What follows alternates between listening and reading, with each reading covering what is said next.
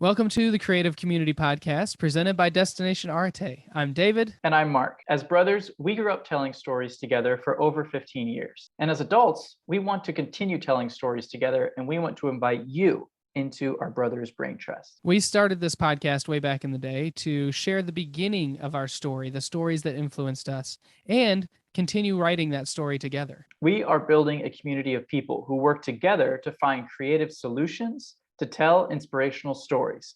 And today, we are bringing you an interview with fine artist and storyteller, John Pototschnik. Mark, John is the artist. I told him this after we got done recording the interview, so you've heard this already, but for our listeners, he's the artist that makes me stop scrolling when I'm on Instagram. When I'm in my feed and I'm looking at all the new posts, John posts a painting, I stop, I look at it, I go to the post itself, I save it, whatever it is. That it's just something about his work. And he talks about it. He kind of nails like why I like it in this interview. So I know people will get to hear that in a minute. Yeah, that's my John Pototschnik story. I'm so glad that we got to interview him. Yeah, me too. That was one of the early things that he talks about in the interview is actually the concept of mood, which I won't give it away too much, but he talks about mood. And that to me finally put the one word to the thing that I think of when I think of John's work that I couldn't quite put my hands around from an artistic perspective, from someone who actually does paint. I was like, man, what is it about the work? And so when he said that word mood, that I'm ready to go back now and look at his work with fresh eyes now that I've had this conversation with him. In this episode, John shares his story about his decision to switch from working as a freelance illustrator for the first 10 years of his career to working as a fine artist and oil painter. And then, as well as Mark just talked about, he shares his process for starting a painting. He uses the word mood in there, so you want to listen to that. And then he even told us that process has changed and developed even in the last few years of his career here. It's not like he's been doing the same thing forever, which I think is a testament to why he stays just at the top of his game.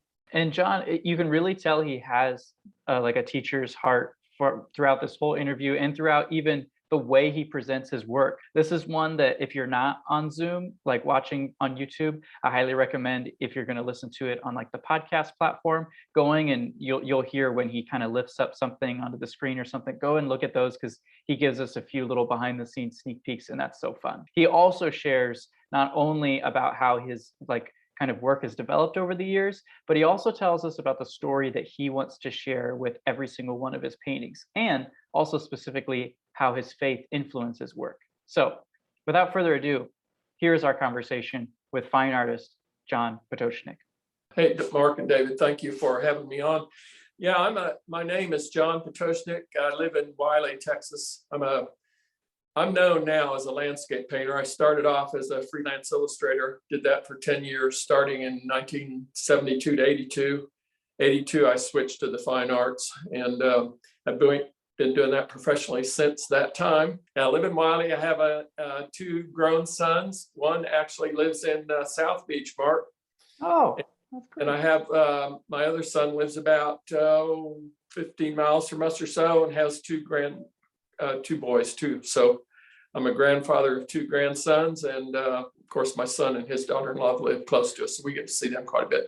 Son in Florida is not married, has his own business, computer business and stuff like that. So I'm kind of known for landscape painting, and it evolved. I actually studied figure work at the Lime Academy in Old Lyme, Connecticut for a semester. I won a fellowship and was able to study there. But I gravitate to the landscape. It's what I love and what I put all my effort and concentration on. That's really cool. Do these are these paintings behind you? Are they kind of from that time when you were inspired more from illustration? The two over your, I think it's your left shoulder with the figures. Oh, the posters. Yeah. Posters up here. Yeah. One is a Norman Rockwell. I of course love his work. A big influence in school and all. And then the other one's by Dean Cornwell. You probably heard of him too. Very famous illustrator. Yeah. That whole period of illustration, I love the N.C. Wyeth group and Dean Cornwell and Rockwell, all those guys. That period I really liked. What's on my easel is a painting I'm working on currently now. And then there's one back here, which is a black and white painting. And that's, we can probably get into that. That's how I start a lot of my paintings. I work them all out in value before I ever start the color. That's great. David, do you want to jump to question 2 while we're on the topic? Sure. Yeah. Let's skip to the second question, and then we'll go back to the first one. How's that sound, Okay. John? Yeah, that's So fine. yeah, for our audience's sake, the first question we have for you, and you kind of started to answer it here, but what's the first step or the most important step in your painting process? If maybe you're going to get up tomorrow morning, you're going to start a brand new piece. Is it this black and white study, or what? How do you get started? Well, I have a large group of a lot of photographs I've taken on site. Plus, I've done thousands of on location paintings. Just little. I work small on location, so all those on location paintings go into notebooks, which I file, and they are inspiration for future paintings too. So I do that. But when I start a painting, once I decide, okay, I want to paint this subject, then the next thing that comes to mind is, okay, what mood do I want to create from, say, a photograph? We'll say a photograph. And so I don't necessarily always follow the mood of the photograph, but I will change the mood. I may turn a summer scene into a snow scene. I've done that a number of times, into a night scene, whatever. So mood establishes it, and I work that out ahead of time with black and white studies oftentimes. And then if I find the composition and the mood that I like and have created, then I'll go to a color study. And then from there, I will grid that study off and enlarge it to whatever proportion that the studies were done in. So it's very typical that I put in preliminary work ahead of time. And that is, I work through my idea. What I don't thoroughly have my idea totally worked out, because you've kind of commented already that I have a little narrative, subtle narrative to my paintings. The narrative sometimes unfolds as I get into the painting. It may be the landscape or the lighting in the landscape, or I really love rural subjects and farms and small towns and all that stuff. So that may be the thing that inspires me at first. And then as I'm into the painting, oh yeah, this would add a little extra story to it. And that's when I may add people, or generally people or children doing something, some activity, or farmers working or whatever.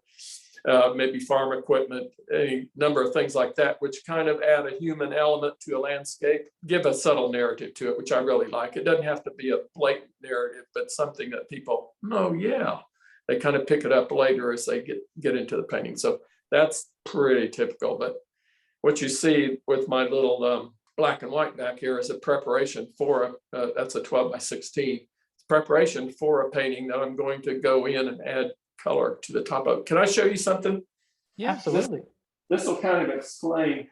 Maybe I can show this. I don't know. Can you see that? Yes. Okay, that's it. You can see the edges. See the edges? Yeah. They're black and white. They were done monochromatically. And then what I did with that is I went right on top of that. Once the underpainting was dry, I painted on top of that with color, matching those values exactly. And so that is why I do the monochromatics first, because I establish the value structure. It's the value structure that establishes the mood of a painting, not the color. The color enhances it. And so I usually work out all my paintings at a time, whether they're in, this last group is done with ivory black and white, but I've also done it with raw umber without any white, just rubbed it in with raw umber, and then adding mineral spirits or whatever to achieve the values that I want, or rub down areas with paper towel to get the values I want. And I'll build a whole painting that way using raw umber monochromatically. And then once that value structure is established and I have the mood that I want, then I let that dry and I go back into it, matching those values with the color palette that I've selected. So that's pretty typical the way I'm working. That is so cool to see that breakdown of the value and the color. I have a question for you. Is that a process that you developed while you were an illustrator, or did that come after you switched to fine art? Mark, that just came about recently, really. Oh, that's great. Wow. I did a book in 2018 all about color and stuff. I've taught workshops for a lot of years, and the students, of course, they love the color, but their value structure is bad. I mean, and so their paintings suffer because the painting's not about the color. So I thought, and then I've been doing some videos and teaching for Streamline Publishing, and did a couple of videos. And so I was thinking, how can I really show these young artists the importance of value, and that if the value's right, the color can follow. I mean, you can almost visualize color on a value painting.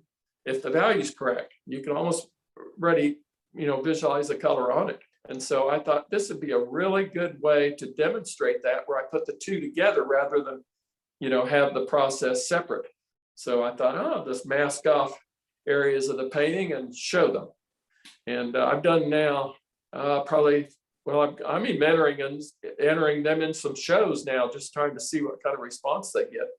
But I've done probably 5 or 6 this way now, where I'll just tape off different sections and colorize just a section of it and leave the rest in black and white. Depending on the painting, sometimes it's real subtle. You have to look 2 or 3 times to, oh my, look what he did there. And so it's a surprise.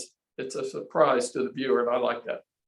Before we go to our next question, does the mood of the painting you're about to make depend on your mood for that day or the weather? Or? Yeah, that's an interesting one. I would say, probably not. Maybe as I get into it, my mood of the day may affect how well I paint it. But no, once the mood's established, it doesn't depend anymore on how I'm feeling that day. I didn't know. Oh, and then I had another question. When you put them into the sketchbooks, do you arrange them by value, or are you arrange them by location or subject matter? I arrange them by date. I've got, okay. If I can show you there, I can't show you, but That's okay. I've got 13 notebooks over here that hold 100 paintings each. Wow. And the little paintings are, let's see here. The little paintings are done on paper that's 5.5 by 8.5 inches. And it's archival paper. And then I just file those in archival sleeves and put them in notebooks. So yeah, I've got 1,300 of them over here. Yeah, the earlier #1 book, of course, goes back into the 80s sometime. That's Cool. fantastic. Yeah, you got to do an Instagram video showing some of that sometime. That'd be a good idea. I did when I did this book, and I have let me show you this. Maybe I can show you this. It's kind of a neat shot. It'll give you an idea. Okay. In the back of the book. Oh, nice. There's my notebooks, and I'm leaving on, I think 9 or 10 of them there. Yeah, I was going to say there's a blog post somewhere where you talk about that, right? I forget which site it's on, but it's probably on mine. Okay. Oh, right. That would make sense. I do a weekly blog. Yeah. Right. Yeah. That's where I read it. I was sorry. I was trying to figure out where I read it. Of course, I read it where it came from. Yeah, I really enjoy the writing part, and I really so I write a lot of different stuff that's informative, inspirational, and educational. That's what I call my blog. What was the moment that you knew I want to be a fine art landscape painter? As I said in the introduction there, I came out of illustration. Illustration's a tough field, and I was freelancing. The pressure deadlines were incredible. And so after 10 years, I was getting pretty tired of it. And the hours I was putting, it was a hard business. The late 70s, early 80s, I noticed a lot of the illustrators that I had admired that were also professional illustrators like me, they were leaving the field. You probably recognize the names, Howard Turkning, Ken Riley, all those guys. There were a number. They were leaving the field and moving into fine art. And I was seeing their work in like Southwest Art magazine, different magazines. Southwest Art, I think, was big at the time. And I thought, that's what I wanted to do from the very beginning when I was in college. But, I was told by so many people, you'll never make a living in the fine arts. So I went the commercial route because of what I was seeing other illustrators doing, leaving the field. I thought maybe it's possible to make it in the fine arts. I had a friend, local friend, who was also a national known illustrator, Tony Eubanks. And I called him up and talked to him, and we talked about entering the field and how to do it. And then the church we were going to at the time, we had befriended some people there, and he was a vice president of Texas Oil and Gas. I told him of my interest, that I'd like to, move into the fine arts. He said, well, what about this idea? I think I can help you. And so he said, why don't you conceive of some paintings where you can show the coexistence of oil and wildlife? And so he said, I'll help you get corporate sponsors. So we got Schlumberger, we got Halliburton, Otis Engineering. We got 6 corporate sponsors, and I did 6 paintings. And they were 24 by 36 paintings. Showed the prairie dogs out in the field. I think that was called Making Home. And there was an oil rig in the background. And another one, an old train car, and with a armadillo rummaging around. And of course, oil involved in everything. There were oil rigs around someplace. Another one with ducks flying into a little pond, and oil rig in the background, that sort of thing. And anyway, the program was that the corporate sponsors, in the order that they signed up, they got choice of the 6 paintings in that order. And then we did 500 prints of each and divided those equally among all 6 corporate sponsors. And that's how I funded my first year in fine art.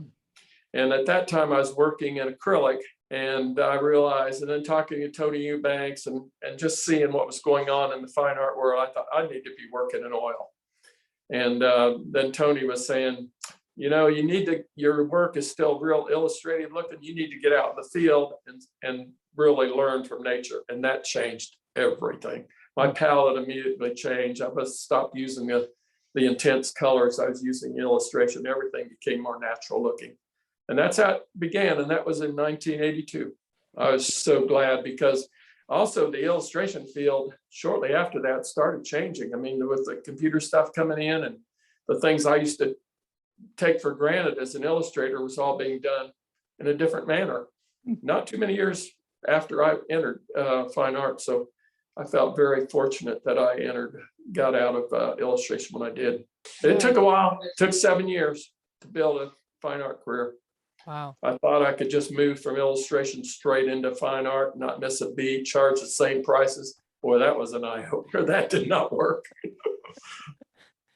It sounds like the way your career in fine art started is kind of, it was an intersection of the things that you really still enjoy, the storytelling aspect, which is what you brought from illustration, because you have to be able to tell a story with an illustration, but then also painting things that you wouldn't necessarily think about. I know you have a painting you talk about in one of your YouTube videos where you put that caution sign, the culvert sign in there. Yeah. So it kind of like including, like, you wouldn't think of painting a fine art picture of an oil rig, but when you have the ideas, for you, at least for John, to put, nature and the oil together, it kind of sounds like it's right up your alley. I don't know. Yeah, I think that's right, David. It worked out. I look back on the paintings, they feel illustrative, they feel stiff. I would probably, if I was doing them today, they'd look significantly different, but they were the best I could do at the time. And the clients were very pleased with what I did. So, that was satisfying. As you know about art, we're evolving all the time. Do you remember the day that you turned down your last illustration job, at that 7-year mark? Do you remember that? I don't remember the day, Mark, but it is interesting you asked that question, because I was doing fine art probably for, at least a year. And then some of the illustrators were coming to me and says, you could do really well as an illustrator, because my style had changed. And so I actually found a Dallas rep who started to rep me. And so I got a few editorial jobs after I was into fine art, doing my fine art look. It was totally different. I thought, but I mean, it took 2 jobs, and I said, nah, because it just reminded me so much it came before. I know, because one of my major jobs I got when I returned there briefly, we just needed the money, and it was a good way to kind of fill in during that 7-year period. That was pretty tough. But it was so many redos on that thing, and they sent me the editorial copy. I read the copy, and it was kind of a sad story. It was a relationship thing between the father and his daughter, and she was a little standoffish and a little bit afraid of her dad, and they were out in a boat and trying to gain some relationship. And I wanted to show, and I did in my preliminary work, showed this little bit of standoffish from her. She's a little bit afraid of her dad. And and so they came back and said, no, it's not what we want. We want her to be smiling and all, cuddly kind of thing. I'm thinking, that isn't what the story was saying. after that, I thought, after 2 redos, I don't think I want to do this anymore. And so it didn't last long. But I did make some nice money there when I returned for a short time. John, sometimes we get the chance to ask a listener question. So this week's question is from Clara, and I'm going to try to, you've talked a little bit about your motivation for transitioning to fine art, but I'm going to take you back even to when you decided to be an illustrator. And she wanted to know what motivated you to make art your career rather than just something you did on the side. Did you always know you wanted to be an artist of some sort, or?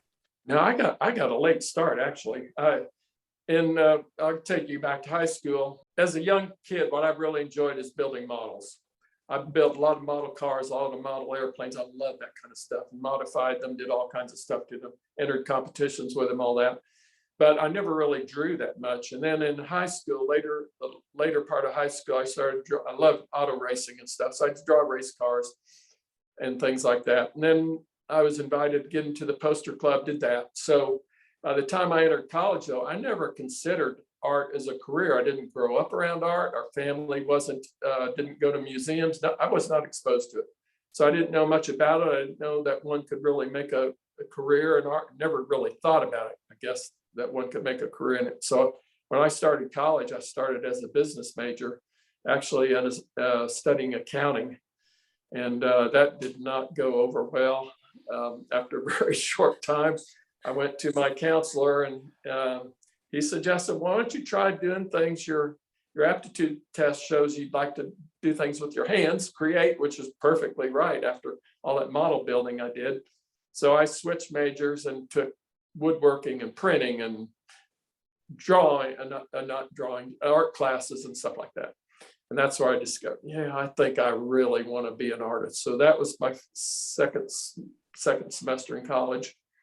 And so then I switched to majors and switched colleges. First part of 69, I switched. And that's when I knew I want to pursue art. But I was so naive, I didn't realize at all. It was just something I wanted to do. I really didn't think forward enough to think, okay, how am I going to make a living at all this? I just stepped into it and thought, that's what I want to be, an artist. And that's about as lighthearted as I took it. But I worked hard at it. If you weren't familiar with art, a lot as a kid, as far as doing it or visiting museums, like you said, when did you start to learn about the illustrators that you came to like, that are in the back there? Yeah, as soon as I started to, I decided to get into art. Mm-hmm. And then in the illustration in college, I started becoming very aware of the popular illustrators of the day, Mark English, particularly Bernie Fuchs, Bob Peak, Robert Heindel, Franklin McMahon. There were so many fantastic artists. And I remember going to the store and just buying all the women's magazines, because that's where these illustrators are showing up, particularly Mark English. I saw him a lot. And then Bob Peak was in a lot of Sports Illustrated and stuff. So I was loading up on the magazines and throw the magazine away and flip all their illustrations out. And I have big files on them still to this day. Oh, of their illustrations. Cool. Yeah. So that was where I became aware of the great illustrators and really wanted to become one of them, which I never did. It's never that good. And then in college, of course, I loved Norman Rockwell. I made it clear I liked Norman Rockwell, and he was a no-no in college, very looked down on the time school as trite and trivial and of no account. But, I liked him. So yeah, it was too bad. Yeah, you had every reason to. Good job. Yeah. Well, our last question comes down to it's very thought-provoking and kind of philosophical, but it's one of our favorites that we like to ask people, and it's, what is the most important thing or idea that you want every single one of your future paintings to communicate? Yeah, I thought about that when you submitted that to me, and it's I don't know if it's a conscious thing, Mark, because so much of what I'm doing is wrapped up in fact, the byline for my website and what I do is paintings of the America we all love. And that, I think, strikes a chord with my whole childhood and the things that I like to have come across my paintings that apparently do, because I hear that from people all the time. I'd love to live in your paintings.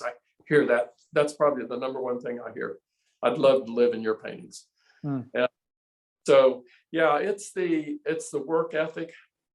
That's why I like the farms. I like the doing small town neighborhoods because of the security and the neighborliness of the people that I grew up around.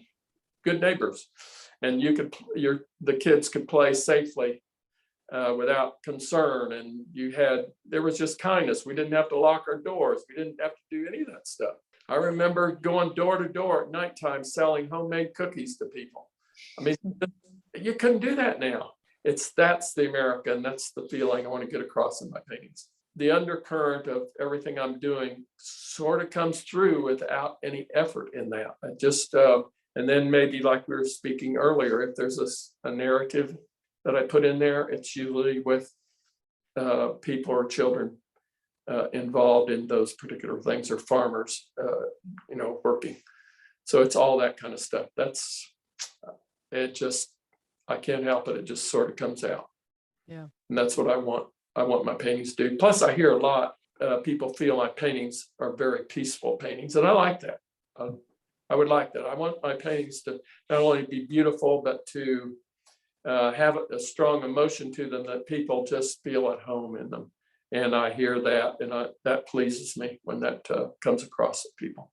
I have one more question for you before we wrap it up. But you recently had a YouTube video with a relative, Riley. I don't know if that's is that your grandson? My grandson. Okay. Yeah. And then you write a lot about the value of family and friendship and loving others. I've read a couple things that you've said either on Instagram or on your blog.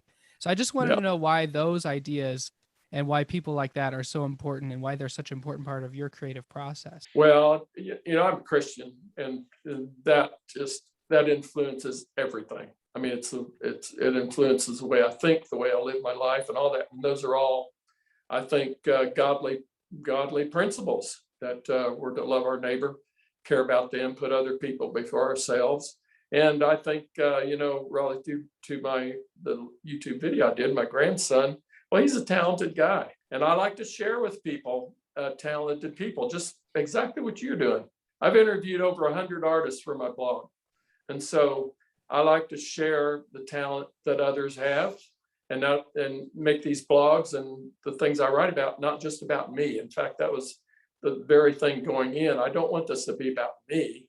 It ends up about me because I'm kind of writing it, and it does draw people to my site, but it's not directly about me because my motivation is to, feature others. This one you're talking about, David, that was my first venture into doing kind of what you're doing.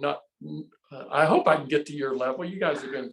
Yeah, it was an experiment with Riley to just see, is this something I can do? And I've got another one planned here, which I'm going to do next week, with a lady that helped me not write my book, but design my book for me.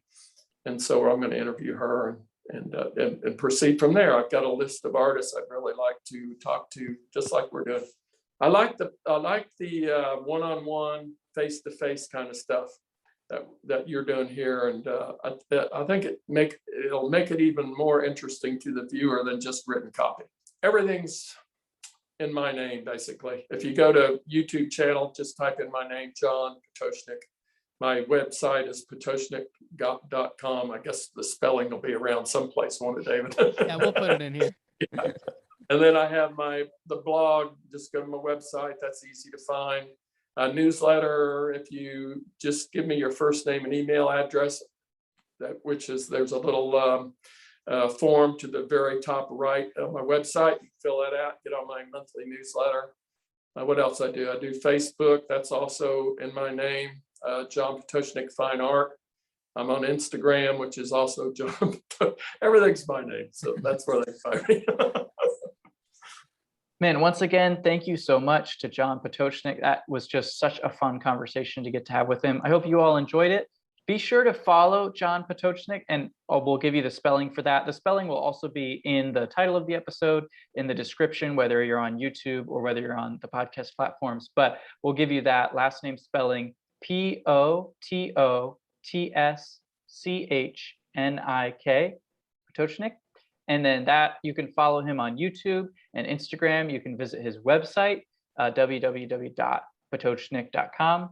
And I would highly recommend subscribing to his newsletter and visiting his blog. Like I said, he has a teacher's heart. So he is always sharing cool interviews that he's doing. He's writing about his process, especially if you're interested in like working from life and landscape painting. He's got a great book that I would highly recommend getting. So it's really, really cool. He's got a lot of resources and he's very, very active on his different platforms. And then after you've done all that, be sure to subscribe to us on Spotify, Apple Podcasts, YouTube, Amazon, Google, all those places, SoundCloud, for more episodes like this one, where you're interviewing more artists in the upcoming year, more creative. So writers, storytellers, filmmakers, musicians, artists, fine artists, illustrators, you name it, you suggest it, we'll call them up, which leads me to the next thing. Leave us a comment or a review on our podcast platforms with what you liked about the show. That tells the algorithm, that you enjoyed us.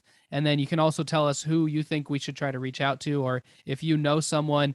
Mark, one of our listeners is actively emailing someone that they have a connection with that they'd like for us to interview. So I was like, thanks. I really appreciate you being willing to take your friendship into our hands.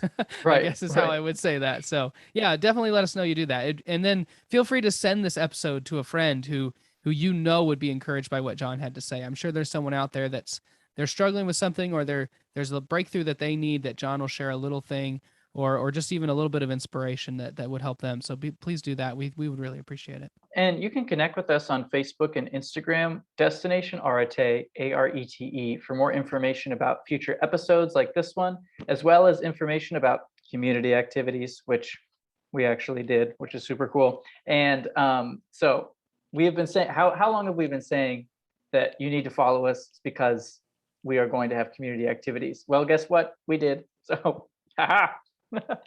And then also upcoming Arete projects, which if they're anything like the events, you hear nothing about them, and then they happen. So guess what? You better keep up, because things are happening behind the scenes that you don't even know about. All right. In all fairness, Mark, the first people that heard about the event were newsletter subscribers. Which brings us to our next point. If you actually want to learn about these things in a timely manner and you want to be the first to know, then yes, the newsletter, destinationarete@gmail.com. Subscribe to it. You can either do that by visiting destinationarete.com/contact, or you can just send us an email to that email address, destinationarete@gmail.com. We've had people just send us that email and say, hey, I heard about you guys. I'd love to get subscribed up to that newsletter so that I can, get on the Arete train. And we say, come on, let's get it. All right, guys. After you've done all that, we'll be back in 2 weeks with another episode. I'll see you then.